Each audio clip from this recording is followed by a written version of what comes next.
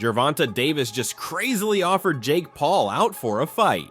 Boxing is no stranger to drama, but what's happening between Gervonta Davis and Jake Paul is on a whole new level. This isn't just another fight feud, it's a clash of worlds. On one side, we have Gervonta Tank Davis, a respected champion with a flawless record, and on the other side is Jake Paul, a social media superstar turned boxer, who's polarizing the sport with his flashy antics and ability to draw attention like no one else. Gervonta's message was simple: Jake's approach to boxing is disrespectful, and he's had enough. Gervonta Davis just posted that he would beat the brakes off of you if you guys fight.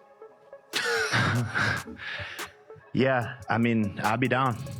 Let's run it. Like, I'll be super, super down. I don't know if Gervonta needs Jake Paul. Let's be clear, right? Is there a height limit in boxing? But Jake, being Jake, didn't take this lying down. He clapped back in a press conference, mocking Gervonta's height and claiming he'd be the A-side in any potential fight. The audacity. Some fans ate it up, while others were left shaking their heads. How could a YouTuber turned boxer even think about positioning himself above a proven champion like Gervonta Davis? And it's not just Gervonta who's got a bone to pick with Jake. Fighters like Artur Beterbiev and Daniel Dubois have thrown their names into the mix, each challenging Jake to step into the ring and prove his worth against real competition. Add to that the backlash Jake received after his controversial fight with Mike Tyson, and it's clear that he's walking a fine line between being a showman and alienating the boxing world entirely.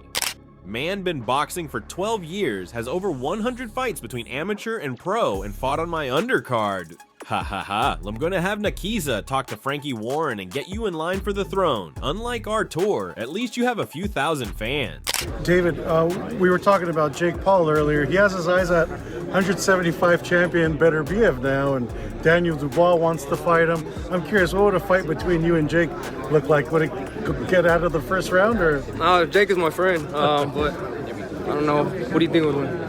Gervonta Tank Davis is a name that commands respect in the boxing world. Undefeated, with a record full of knockouts, Davis has earned his stripes in a sport where nothing comes easy. He's known for his explosive power, sharp technique, and an ability to silence critics with every punch he throws. But when it comes to Jake Paul, Gervonta isn't holding back, not in the ring, and certainly not with his words. When Gervonta publicly stated that he'd fight Jake Paul in the streets, it wasn't just hyperbole, it was a sign of real frustration.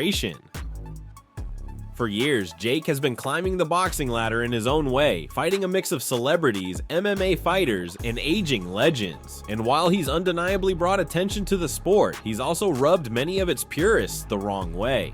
What up, y'all? Hey, we saw what happened tonight. Mike came out, gave it all he had. His legs, you could tell, weren't with him tonight, so it was a little bit difficult. But thank God Jake did knock him out, because I would have felt bad for Jake, because Andre Ward was definitely going to go after Jake if he did knock Tyson out. So thank God he didn't. Thank God everybody ended up healthy, happy. Now I ain't got to worry about Andre coming out of retirement no time soon. So we all. For Gervonta, Jake's antics represent everything that's wrong with this new era of boxing. He sees Jake as someone who hasn't paid his dues, someone who's more interested in selling pay-per-views than respecting the traditions of the sport. And that's where the tension lies. Gervonta has fought his way to the top through blood, sweat, and tears. Jake, on the other hand, has built his career on bravado and spectacle. Jake's recent fight with Mike Tyson seems to have been the final straw for Gervonta. Watching a 57-year-old Tyson step into the ring with a much younger Jake Paul, only for Jake to brag about the victory, struck a nerve. Gervonta's message to Jake was loud and clear. You've gone too far, and it's time to face someone real. Watching Netflix on Friday night, Jake Paul, Mike Tyson? Yes, I was. But what did I make of it? I think commercially and a business sense, thought it was absolutely fantastic. Both men made a ton of money. So best of luck to them. Congratulations. As far as the boxing fight, it wasn't a fight. It was a tip and tap. Don't hit me, I won't hit you. Circle the ring a little bit. Make it look good.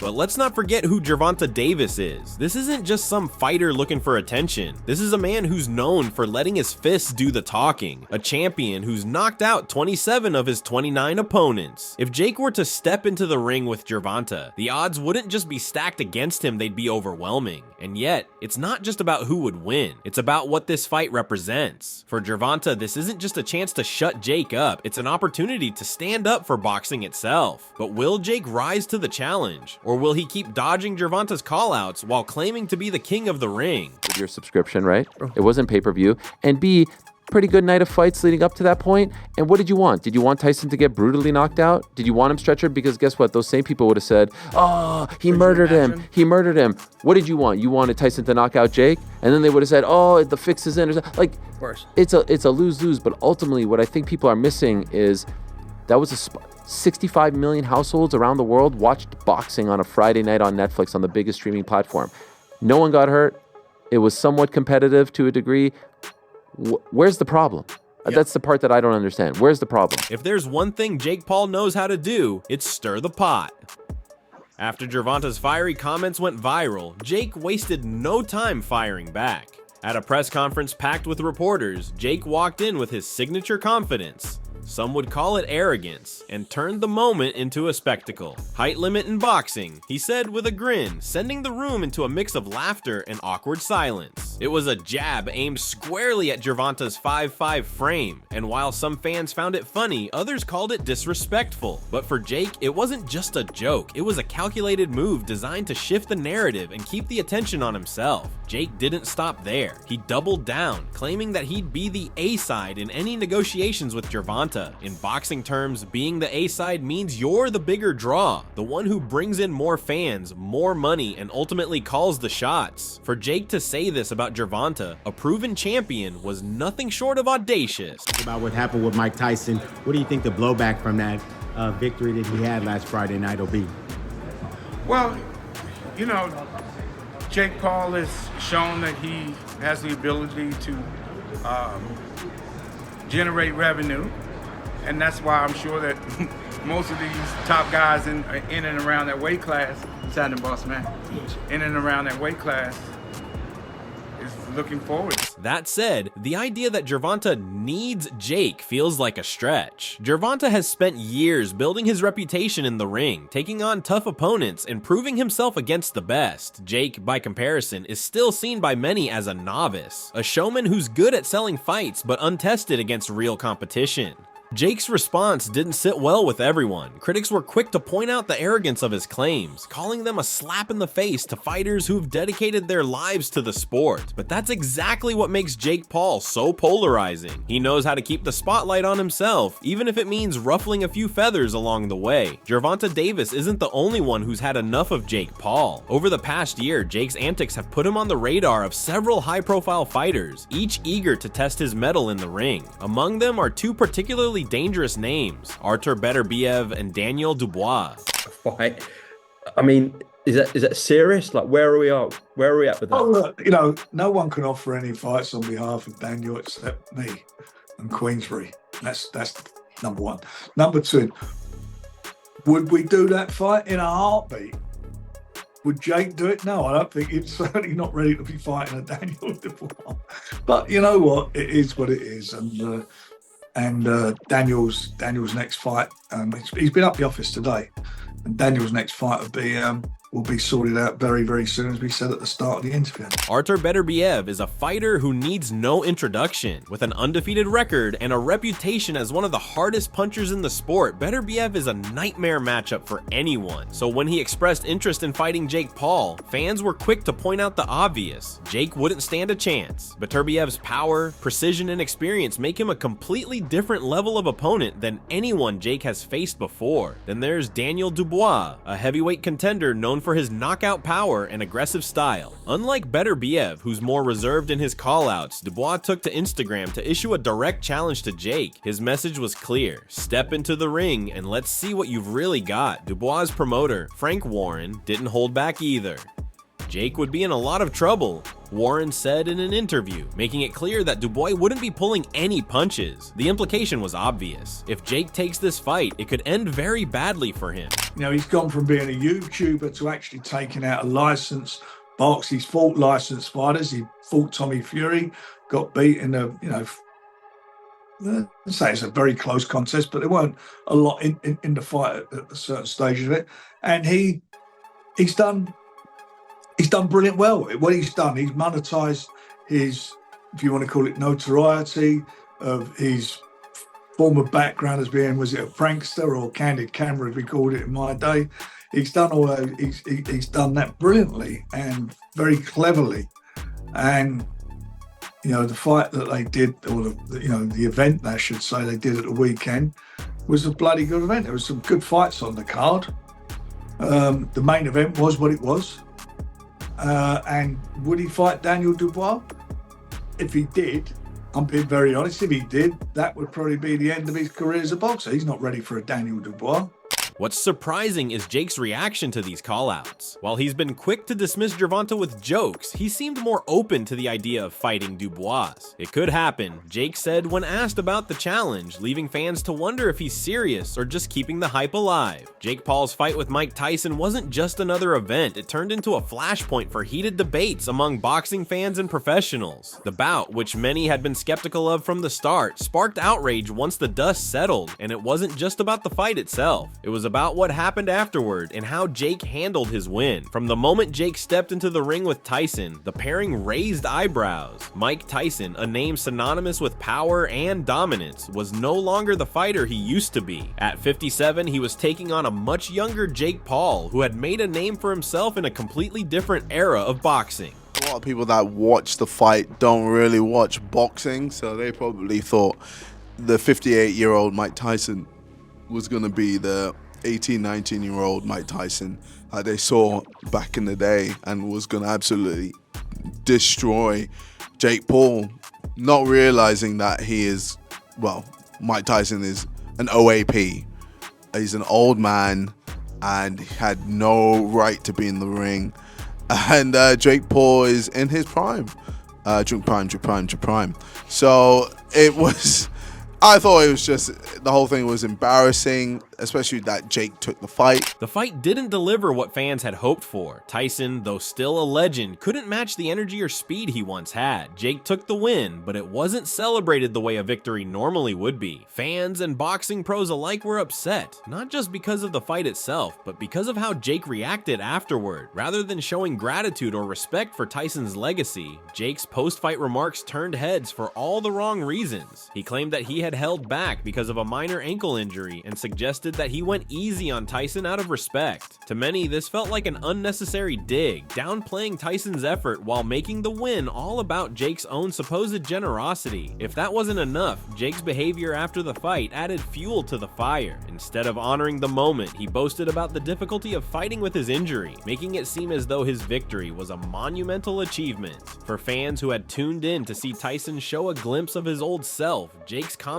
felt like a slap in the face. But I believe that when Jake Paul was in the ring with Mike Tyson, there was something that said to him, I can't do this.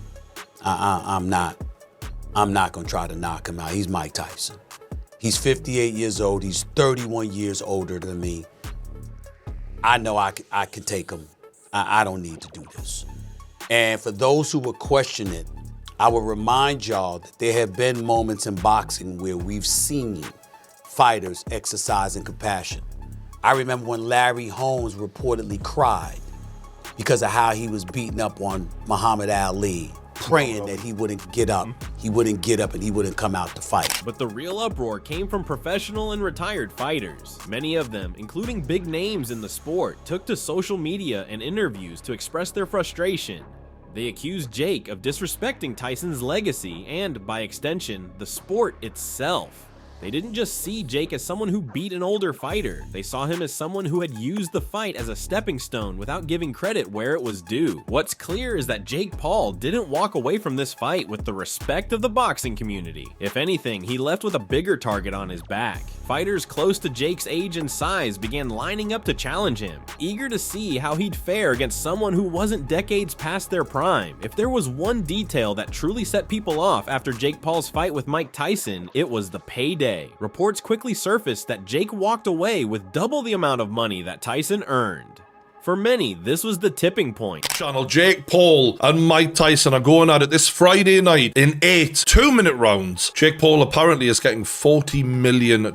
Mike Tyson only getting $20 million. I'm shocked at that. The most famous boxer alive is getting a smaller piece of the pie. I mean, they're the reported figures, but I hope that's not true. Tyson deserves an equal half of this pie, in my opinion. He's the reason they're selling out. Let's put this into perspective. Mike Tyson is a boxing icon, a name that still draws crowds and commands respect. His involvement in the fight was the primary reason fans tuned in. People weren't watching to see Jake Paul. They were watching to see Tyson, hoping to catch a glimpse of the fighter who had electrified the sport decades ago. Yet when the numbers came out, it was Jake, not Tyson, who reportedly earned the bigger paycheck. This revelation hit a nerve with fans and fighters alike. How could someone with only a handful of fights under his belt earn more than a man who had spent his entire life building his legacy? For many, it felt like Tyson was being used as a stepping stone, a way for Jake to boost his own profile while walking away with the lion's share of the rewards. Fighters who had spent years honing their craft felt insulted by the idea that hype and social media clout could outweigh talent and dedication.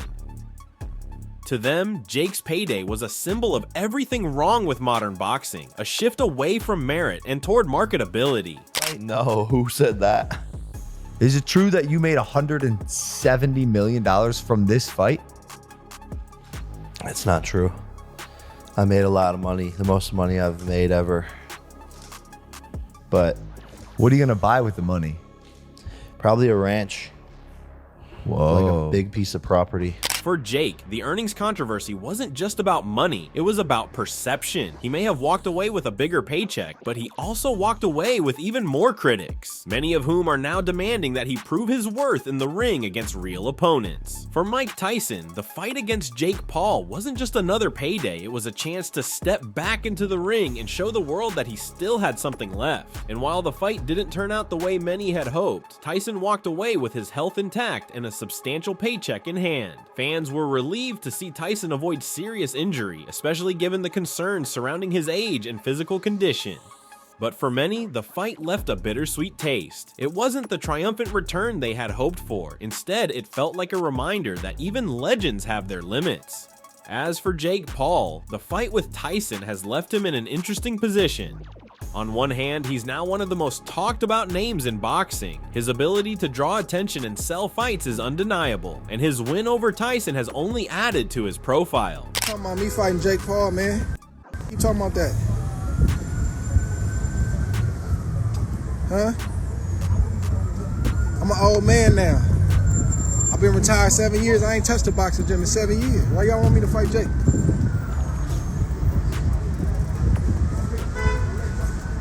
Gotta say my name though. I can't even entertain it. You gotta say my name. Ain't nobody said my name in 7 years. There's a reason for that. You gotta say my name. We might be able to talk about it. Maybe something I can think about, but it's time that bro start, you know, he gotta fight somebody that's a real threat, because we know he can sell. We know all of that. But what he's after is legitimacy. He's trying to legitimize himself. And Canelo don't take that fight, which he said he wasn't gonna do it, man. You gotta fight somebody that's gonna give you some clout, whether you win or lose. The fight has also made Jake a target. Fighters like Gervonta Davis, Artur Beterbiev, and Daniel Dubois are all calling him out, each eager to show the world what happens when Jake steps into the ring with a real challenge. The question now is whether Jake is willing to take that next step. Will he accept a fight with one of these challengers and prove that he belongs in the boxing world? Or will he continue to focus on fights that prioritize spectacle over competition? What do you think? Should Jake Paul take on someone like Gervonta Davis or Daniel Dubois? Does he have what it takes to compete with real fighters? Or is he better off sticking to his current path? Let us know your thoughts in the comments below. If you enjoyed, leave a like and subscribe. More videos are on screen now.